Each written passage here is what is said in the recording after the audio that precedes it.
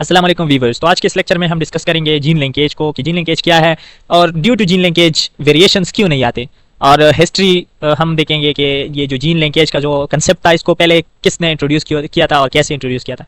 तो आते हैं पहले gene linkage historical background. Gene linkage was first discovered by Thomas Hunt Morgan while working on the fruit fly Drosophila melanogaster। सबसे पहले जो जीन लिंकेज का जो कंसेप्ट था ये थॉमस मॉर्गन ने इसको इंट्रोड्यूस किया था, जो कि काम कर रहा था ऑन द ड्रोसोफिला मेलानोगास्टर पे काम कर रहा था। तो इसी दौरान उन्होंने ये कंसेप्ट जो था जीन लिंकेज का इसको इंट्रोड्यूस किया।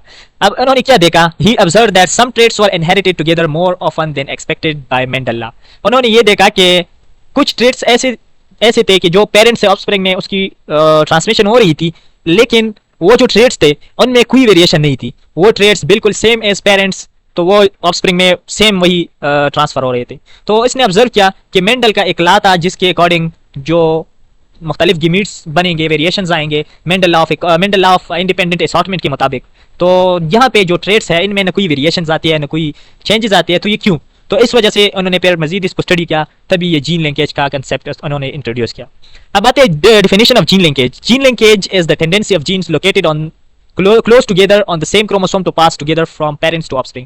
जीन लिंकेज का सिंपल मतलब ये है कि जब दो जीन आपस में वेरी क्लोजली प्रेजेंट हो, लेट्स सपोज ये दो जीन है, ये एक क्रोमोसोम है, लेट्स सपोज यहाँ पे ये दो जीन ऐसे क्लोजली प्रेजेंट है कि इनकी सेपरेशन नहीं होती क्रॉसिंग ओवर के दौरान। मतलब इनका जो डिस्टेंस है ये बहुत कम डिस्टेंस पे ये प्रेजेंट है।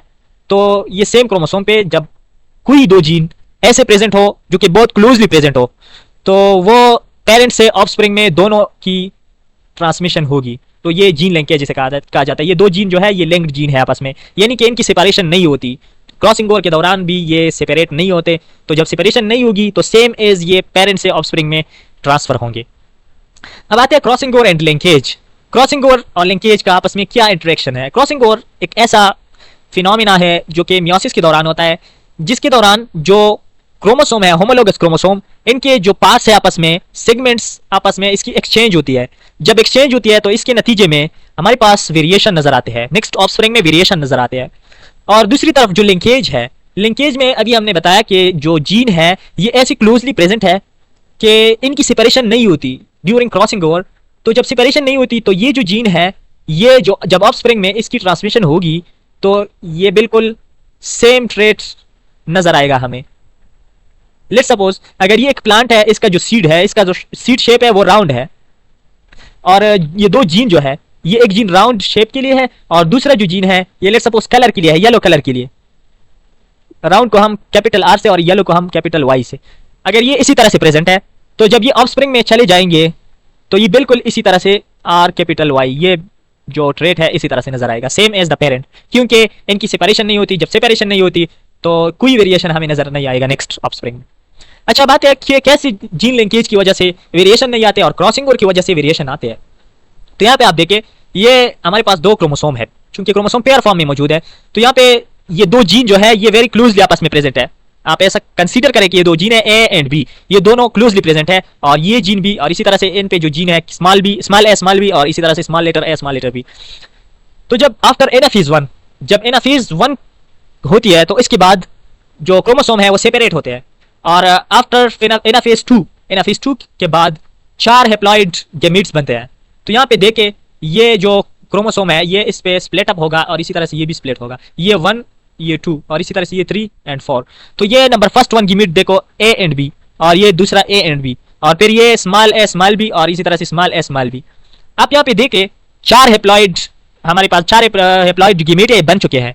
तो यहाँ पे देखे ये चारों के चारों पेरेंट्स की तरह है, capital A capital B, capital A capital B, और इसी तरह से small A small B, small A small B. ये स्मॉल ए स्मॉल बी यहाँ पे देखे ये भी स्मॉल ए स्मॉल बी है, ये भी स्मॉल ए स्मॉल बी है, ये देखो बिल्कुल सेम एज पेरेंट। और यहाँ पे जो कैपिटल ए और कैपिटल बी है ये एक, और इसी तरह से ये एक। मतलब कि हमारे पास गैमीट्स तो बन चुके हैं, लेकिन यहाँ पे कोई वेरिएशन हमें नजर नहीं आता, वेरिएशन नजर नहीं आता, बिल्कुल ये सारी गैमीट्स पेरेंटल की तरह है, सेम एज पेरेंट की तरह है।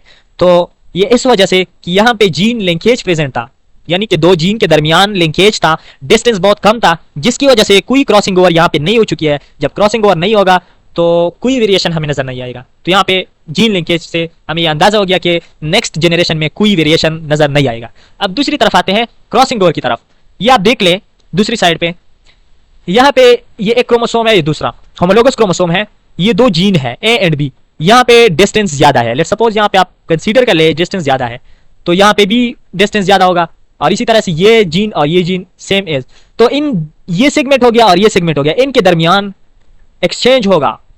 तो इस क्रोमोसोम का ये जो क्रोमेटिड है, ये दूसरे का क्रोमेटिड, इनके दरमियान एक्सचेंज होगा एक सेगमेंट का। जब एक्सचेंज होगा तो इसी एक्सचेंज को हम कहेंगे क्रॉसिंग ओवर, इसी एक्सचेंज को क्रॉसिंग ओवर कहा जाता है। तो जब क्रॉसिंग ओवर होगी आफ्टर एनाफेज 1, एनाफेज 1 के बाद ये आप देख सकते हैं, यहाँ पे आप चेंजेस देख सकते हैं, यहाँ पे small A and small be present है, और दूसरी तरफ यहाँ पे कैपिटल ए कैपिटल बी, ये स्मॉल ए स्मॉल बी पहले यहाँ पे इस पे देखे कैपिटल ए और कैपिटल बी प्रेजेंट, यहाँ पे देखे यहाँ पे capital A capital B present है, लेकिन आफ्टर क्रॉसिंग ओवर यहाँ पे स्मॉल ए स्मॉल बी, यहाँ पे हमें वेरिएशन नजर आता है, और दूसरी साइड पे भी इसी तरह यहाँ पे स्मॉल ए पहले प्रेजेंट था, लेकिन अभी कैपिटल ए मतलब एक्सचेंज हो चुका है, जिसकी वजह से वेरिएशन अभी नजर आता है। आफ्टर एनाफेज 2 जब गेमीट्स बनेंगे तो यहाँ पे आप देखे कैपिटल ए कैपिटल बी, तो ये देखे कैपिटल ए कैपिटल बी बिल्कुल सेम एज पेरेंट ये, और ये दूसरा देखे small A and small B, अब ये small A and small B parents में तो इस तरह से कोई कॉम्बिनेशन नहीं थी, यहाँ पे आप देख ले कि capital A capital B present थी, small A and capital B यहाँ पे कोई कॉम्बिनेशन नहीं था, लेकिन आफ्टर एनाफेज 2 आप देख ले कि capital small A and small B, ये एक गेमीट्स और ये गेमीट्स ये बिल्कुल अपोजिट है एज फ्रॉम पेरेंट्स, और फिर ये देखे ये भी अगर हम देखे तो बिल्कुल पेरेंटल टाइप है, तो ये दोनों पेरेंट्स की तरह है, लेकिन ये जो दोनों है ये रिकम्बिनेंट कॉम्बिनेशन है, मतलब गेमीट्स बन चुके हैं, लेकिन इनमें हमारे पास कुछ ऐसे गेमीट्स है जो रिकम्बिनेंट टाइप है, मतलब कि डिफरेंट कॉम्बिनेशन है। तो ये different combination due to crossing over, variation की वजह से, मतलब क्रॉसिंग ओवर जब होगी तो वेरिएशन होगा, क्रॉसिंग ओवर की वजह से हमें ये वेरिएशन नजर आएगा। तो इसका मतलब ये हुआ कि अगर हम according to Mendel law of independent assortment ये बात कह सकते हैं कि ये जो जीन लिंकेज है, जीन लिंकेज ये एक लिमिटेशन है इस लॉ की लिमिटेशन है, जो जीन लिंकेज है, limitation of Mendel law of independent assortment.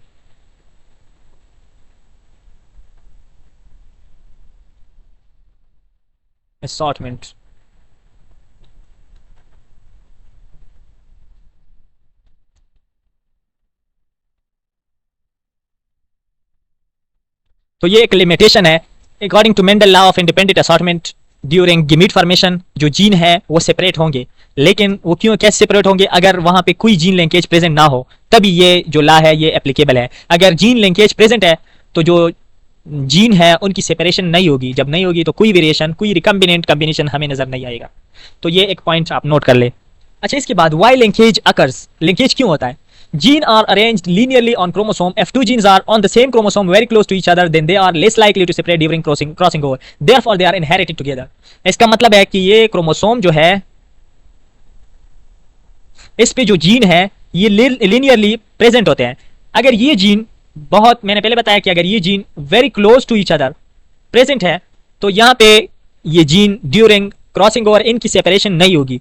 तो जब सेपरेशन नहीं होगी तो ये दोनों जीन आपस में इनहेरिट होंगे to next generation.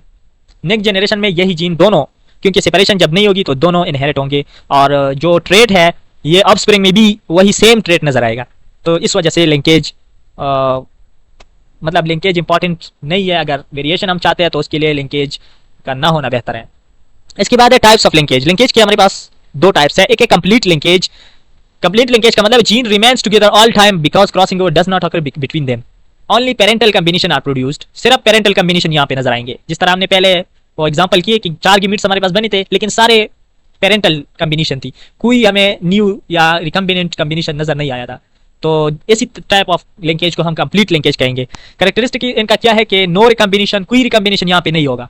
100% parental type of spring. Of spring हमारे पास सारे के सारे पेरेंटल टाइप होंगे, और ये जो लिंकेज है ये रेयर है, नेचर में ये बहुत कम इस तरह से लिंकेज प्रेजेंट होता है। इसके बाद है इनकम्प्लीट लिंकेज। इनकम्प्लीट लिंकेज का मतलब है कि जो जीन है ये लिंक्ड तो होते हैं बट में separate during crossing over. Crossing over के दौरान इसकी सेपरेशन होती है। जब सेपरेशन होगी तो इनमें जिस तरह हमने बताया पेरेंटल कॉम्बिनेशन भी होंगे एंड रिकम्बिनेंट कॉम्बिनेशन भी हमें नजर आएगा ऑफस्प्रिंग में। जब ये दोनों नजर आएंगे तो ऐसे लिंकेज को हम इनकम्प्लीट लिंकेज कहेंगे। इसका जो कैरेक्टरिस्टिक है वो है रिकम्बिनेशन अकर्स, रिकम्बिनेंट टाइप हमें नजर आएंगे। Parental types are more common, ये भी हो गए parental. Recombinant types are fewer, मतलब रिकम्बिनेंट जो होंगे ये कम होंगे लेकिन प्रेजेंट होंगे।